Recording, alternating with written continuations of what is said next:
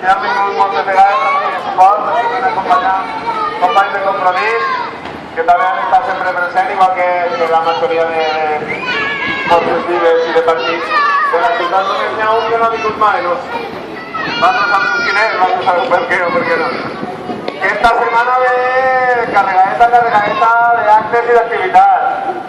Que el divendres els amics i amigues de la Colla Saranga de Castelló vindran a fer un assaig gastronòmic i vindran així a fer-nos costat i a acompanyar-nos.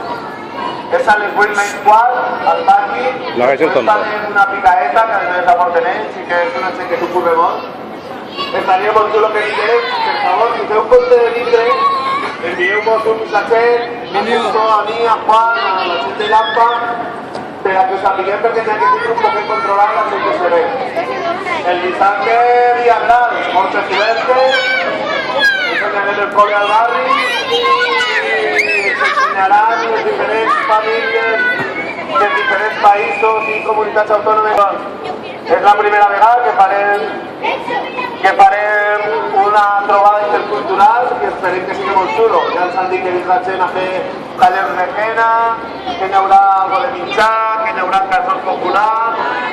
Jo crec que estarà boniqueta, i que dissabte per matiu ens esperem a tots i a totes.